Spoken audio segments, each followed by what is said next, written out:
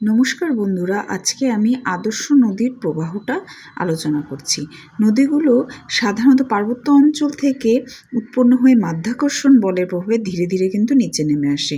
তারপর কি হয়, ভূমির ঢাল অনুসারে প্রবাহিত হয় এবং সমুদ্রে বা মহাসাগরে কিন্তু পতিত হয়।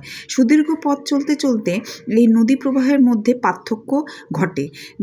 নদী প্রবাহের পার্থক্য অনুসারে নদীর গতিপথকে তিনটি ভাগে ভাগ করা যায়। একটা পার্বত্য অঞ্চলে উচ্চগতি, তারপরে মধ্যগতি যেটা নাকি সমভূমি অঞ্চলে দেখা যায়, তারপরে বদ্বীপের প্রবাহ বা নিম্নগতি। যেসব নদীতে গতিপথের তিনটি অবস্থায় সুস্পষ্টভাবে চিহ্নিত করা যায় তাদেরকে বলা হয় আদর্শ নদী। যেমন গঙ্গা একটি কি আদর্শ নদী। যেমন গোমুখ থেকে হরিদ্বার পর্যন্ত যে অংশটা সেটাকে বলে উচ্চগতি, হরিদ্বার থেকে রাজমহল পাহাড় পর্যন্ত বিস্তৃত সেটা হচ্ছে মধ্যগতি, আর রাজমহল পাহাড় থেকে মোহনা পর্যন্ত বদ্বীপ বা সুন্দরবন অঞ্চল পর্যন্ত সেটা হচ্ছে বদ্বীপ অঞ্চল, এবং এই জায়গাটাকে নিম্নগতি বলে। বিভিন্ন প্রবাহে ভিন্ন ভিন্ন কার্যের ফলে নদীর উপত্যকায় পৃথক পৃথক ভূমিরূপ কিন্তু সৃষ্টি হতেছে। কি কি ভূমিরূপ সেটা আমরা এখন জানবো। আর একটা কথা বলে নেওয়া দরকার যে নদী কিন্তু উচ্চ গতিতে কি করে, ক্ষয় সাধন করে, মধ্যগতিতে কি করে, পরিবহন করে, আর নিম্ন গতিতে কিন্তু অবক্ষেপণ বা সঞ্চয় করে। আমরা কিন্তু আগের ভিডিওটাতে তুমি আমার দেখলে পরে তোমরা দেখবে, সেখানে কিন্তু আমি তিনটে ধাপই কিন্তু সুন্দর করে আলোচনা করা আছে। এবার দেখো, গঙ্গার কিন্তু উচ্চ গতিতে যে ক্ষয়কার্যটা করেছে সেটা কিন্তু নিম্ন গতিতে কিন্তু সেটা কি করা যায়, সেটা সেখানে সঞ্চয় কার্য করেছে। মিসিসিপি নদীর নিম্নগতিতে গভীর খাত লক্ষ্য করা যায়, কিন্তু গঙ্গা নদীর উচ্চগতিতে পলিমঞ্চও দেখা যায়। হ্যাঁ, এই সমস্ত তারতম্য বিভিন্ন রকমের নদী ভূমিকৃতি কিন্তু আমরা দেখতে পাই। আচ্ছা, এবার উচ্চগতিতে কি কি কাজ করে। এবার দেখো, নদীর পার্বত্য গতি বা উচ্চগতি গোমুখ থেকে, যেটা গঙ্গা নদীর জন্য হয়েছে, গোমুখ থেকে হরিদ্বার পর্যন্ত বিস্তৃত। কারণ এই যে পার্বত্য গতিতে প্রচণ্ড জলের বেগ থাকে এবং প্রবল জলস্রোতের আঘাতে নদীগর্ভে কি হয়, শিলাস্তর ছিন্ন বিচ্ছিন্ন হয়ে পড়ে। তারপর শিলাখণ্ড জলপ্রবাহের সঙ্গে ঘর্ষণ করতে করতে কিন্তু এগিয়ে যায় এবং নদীর খাতের সুগভীর হয়। জলস্রোতের সঙ্গে যখন শিলাখণ্ডগুলো নিজের মধ্যে খুঁটাখুটি করে ভেঙে গিয়ে গোলাকৃতি বা নুড়ি আকৃতি কিন্তু ধারণ করে, একে যান্ত্রিক ক্ষয়ীভবন এবং বলা হয়।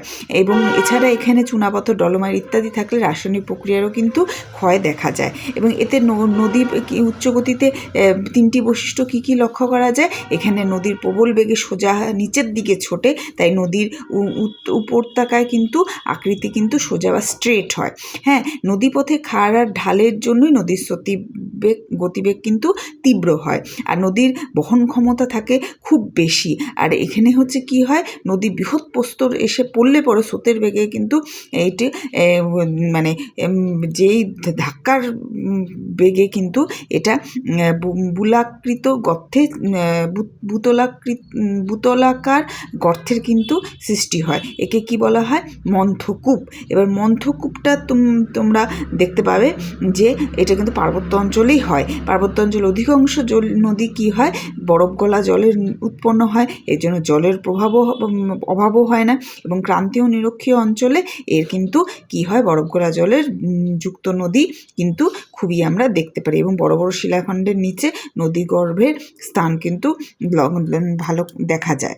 এবং দেখো, শতদ্র, বিপাশা, গঙ্গা, যমুনা, তিস্তা ইত্যাদি নদীগর্ভে এরূপ কিন্তু শিলাখণ্ড প্রচুর পরিমাণে লক্ষ্য করা যায়। এবার দেখো, নদী কি কিন্তু এই পার্বত্য অঞ্চলে পার্শ্ব ক্ষয় করতে পারে না, কিন্তু এটা কি উলম্ব ক্ষয় বা নদী গিরিখাতের ক্যানিয়ন মতন সুগভীর খাত কিন্তু তৈরি হয়। এবং এইসব নদীতে খরস্রোতা বেশি থাকে বলে পার্বত্য নদীগুলি এমনভাবে শৈলশিলারভাবে অবস্থান করে, যা নদীর দুপাশে পর্বতশিলা বুঝি এমনভাবে দেখা যায় যে পর্বতগুলো মনে হয় এই বোধহয় বন্ধ হয়ে গেছে, নদীটা বোধহয় আর বইবে না। কিন্তু এই খাতটা যেহেতু ভি আকৃতির বেশি দেখা যায়, এই জন্য কিন্তু আমরা এটাকে এই রকম দেখতে পাই। এবং শৈলশিলাগুলো সুশৃঙ্খলিত শৈলশিলা দ্বারা কিন্তু কি হয়, বাধাপ্রাপ্ত হয়। এবং জলস্রোতের বেগ হঠাৎ বেড়ে গেলে দুপাশে শৈলশিলাগুলো কেটে সোজা পথে অগ্রসর হয়। একে কাটা শৈলশিলাকে কর্তিত শৈলশিলাও কিন্তু বলা হয়। আবার পার্বত্য অঞ্চলে নদী গুলোর ক্ষয়কার্য পরিবহন ছাড়াও কোনো সময় নদীর ঢাল কমে গেলে তখন বস্তুভার হঠাৎ বেড়ে যায় এবং দুই পাশে কি তৈরি হয়, নদী মঞ্চ।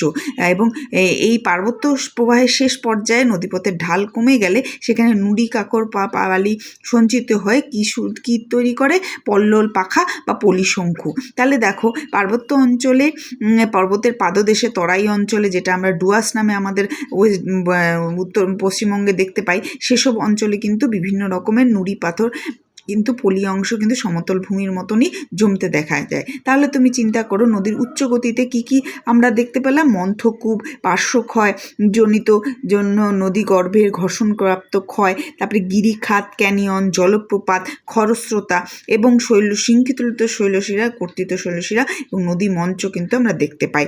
আর পর্বতের পাদদেশে, যেটা নাকি আমরা ঠিক বলতে পারি ডুয়ার্স অঞ্চল, সেই অঞ্চলটা কিন্তু কি হয়, হিমালয় সেখানে নুড়ি কাকর বালি পাথর এগুলো কিন্তু পড়ে থাকতে দেখা যায়।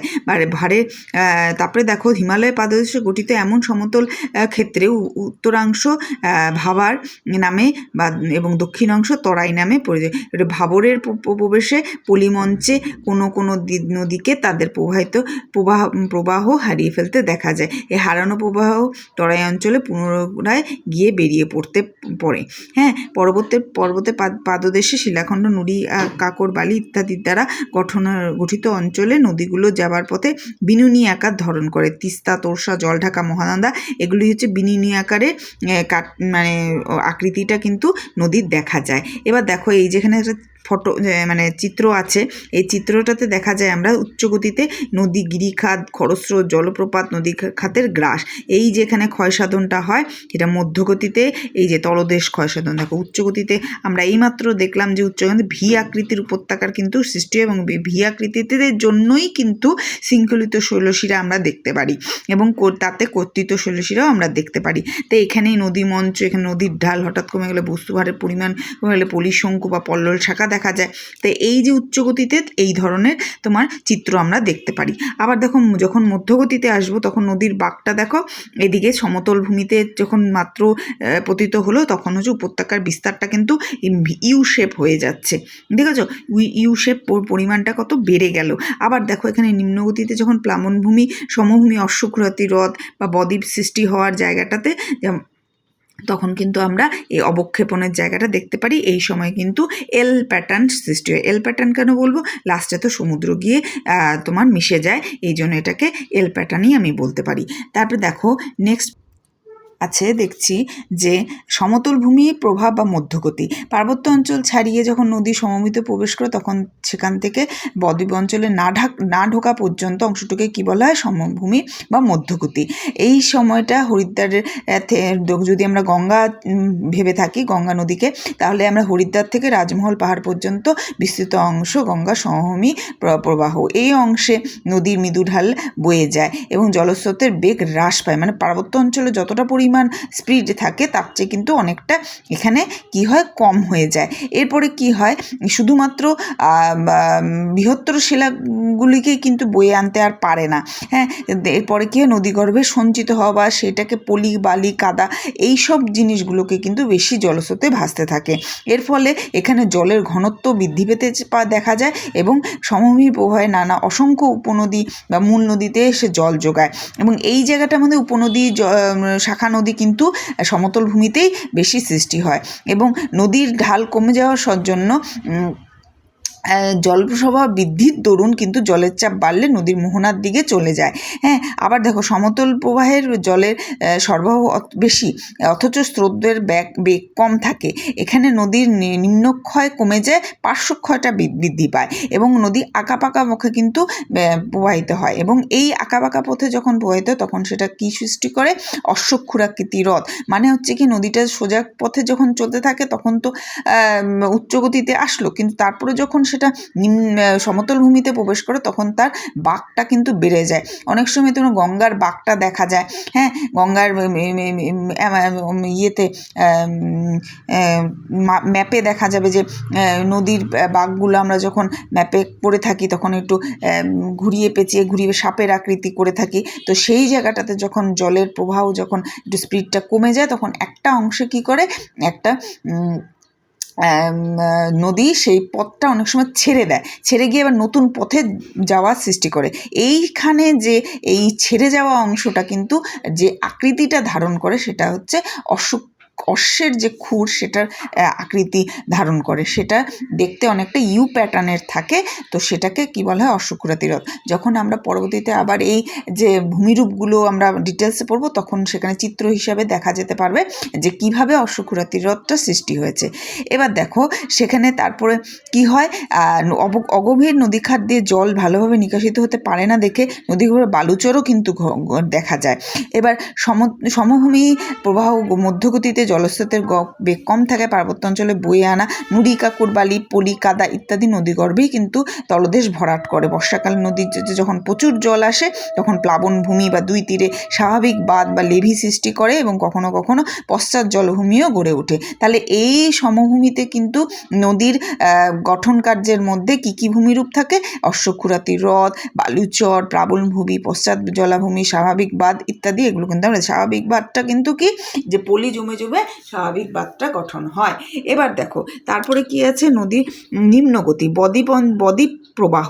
এবার দেখো সমুদ্র তলের থেকে এসে পৌঁছানো সেখানে মোহনার দিকে কি হয়, বদ্বীপ সৃষ্টি হয়। মানে কি নদীটা যখন তোমার সমুদ্রে যখন মিশিতে হচ্ছে তখন কিন্তু নদীর বিভিন্ন ভাগে, মানে তখন তো তার আর জোর নেই, তখন তো সে তার যে জলের গতিবেগ তখন কিন্তু কমে যায় দেখে বিভিন্ন পথে তোমার জলটা কি হয়, সমুদ্রে পৌঁছানোর চেষ্টা করে। যেমন একটা স্থানে তুমি জল ফেললে, জলটা ফেলার পরে দেখবে সেটা যদি ঢালটা কম থাকে সেই স্থানে, সেই জলগুলো কিন্তু বিভিন্ন লাইন দিয়ে কিন্তু সেটা যেই জায়গাটার ঢালটা একটু কম সেই জায়গাটাতে কিন্তু যাওয়ার চেষ্টাটা করে। সেটা তুমি তোমার নিজের ঘরেও তুমি দেখতে পারবে এই পরীক্ষাটা করে। তো সেই সময় আমরা দেখতে পারি যে নদীর যেই ভাবে যায় সেই জায়গাটাতে ওই আকৃতির হ্রদের সৃষ্টি হয়, যে আশেপাশে পলি ধারণ করতে করতে নদী আর বহন করার ক্ষমতাটা তার